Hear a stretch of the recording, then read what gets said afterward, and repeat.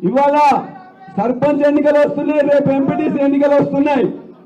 ఏ ఎన్నికలు వచ్చినా కూడా 2001 నుండి 2025 వరకు ఎట్లానైతే గులాబీ జెండా ఎగరేసినామో ఇవాళ ప్రతి గ్రామంలో గాని ప్రతి మండలంలో గాని ప్రతి గులాబీ కార్యకర్త కథానాయకుడు కావాలి, కథానాయకుడు కావాలి. ఇక్కడ మన కోట దొరికిండు. 2004లో ఇక్కడ అదే శని దాపురి ఇచ్చినట్టు మన దాపురిస్తే ఓడించినాం 2004లో. 2012లో మళ్ళా నేను వస్తే ఆనాడు కూడా 2012లో కూడా బై ఎలక్షన్స్ మళ్ళా ఓడించినాం. ఆనాడు చెంపలేసుకొని కేసీఆర్ వంచన చేరి నమ్మబలిస్తే 2023లో టికెట్ ఇస్తే మళ్ళా గులాబీ జెండా ఎత్తుకోండి చెప్పేసి ఓట్లు వేసినాం.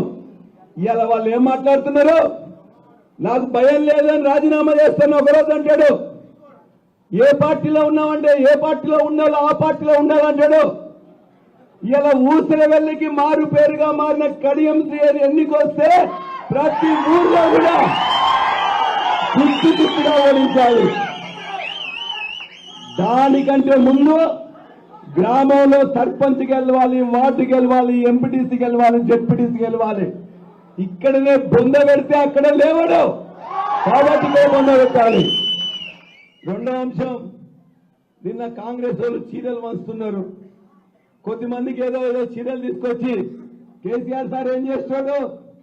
ప్రతి పండుగకు ప్రతి మహిళకు బతుకమ్మ పండుగ అయినా, రంజాన్ పండుగ అయినా, క్రిస్మస్ పండుగ అయినా ఆడబిడ్డలకు చీర పట్టేవాళ్ళు. మనం పండుగకు చీర పంపితే ఎలక్షన్ల కోసం అరకొర చీరలు కొద్దిమందికి ఇచ్చిండ్రు.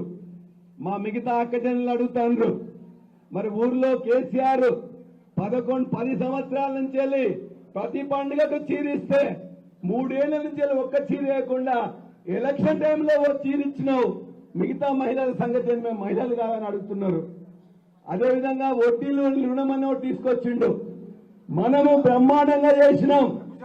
10 ఏళ్ల తెలంగాణ పాలనలో ప్రతి మహిళా సంఘాన్ని కూడా పొదుపు సంఘాన్ని కూడా అద్భుతంగా తయారు చేసి 5 లక్షలు మనం ఇస్తే దాన్ని 10 లక్షలు చేస్తా, 20 లక్షలు చేస్తా అని మోసం మాటలు చేసి ఇవాళ కూడా 5 లక్షలే ఇస్తున్నాడు. కాబట్టి మోసపు మాటలు నమ్మొద్దు. మన జనగామ బిడ్డలందరూ కూడా చాకల ఐలమ్మ పుట్టిన జనగామ స్ఫూర్తిగా, రాణి రుద్రమదేవి యొక్క స్ఫూర్తిగా ఈ యొక్క నీ చీరలు, మోసపు మాటలు, వడ్డీ లేని రుణాలు కాదు, తెలంగాణ తెచ్చిన నీళ్లు ఇచ్చిన కేసీఆర్ వెంట ఉంటామని మనం చెప్పాలి. మూడో మాట, ఇవాళ చాలా మంది బీసీ రిజర్వేషన్ కోసం అన్ని వివరాలు మాట్లాడతాడు. మా జనగామ జిల్లాలో నల్మెడ మండలం ఉన్నది, 17 గ్రామ పంచాయతీలు ఉంటాయి. ఇంతకుముందన్న కనీసం సగానికి సగం బీసీలకు వచ్చినాయి. 2 సార్లు ఎన్నికలు జరిగిన క్రమంలో కూడా ఉన్నాయి. ఇవాళ ఒక్కటి ఇచ్చిండు. 17 మండలంలో 17 ఉంటే బీసీలకు ఇచ్చింది ఒక్కటి. 42 ఇస్తానని 24 ఉంటే దాన్ని 1% దాకా ఇచ్చిన రేవంత్ రెడ్డికి బుద్ధి చెప్పాలన్నా వద్దా మీరు దయచేసి ఆలోచించండి.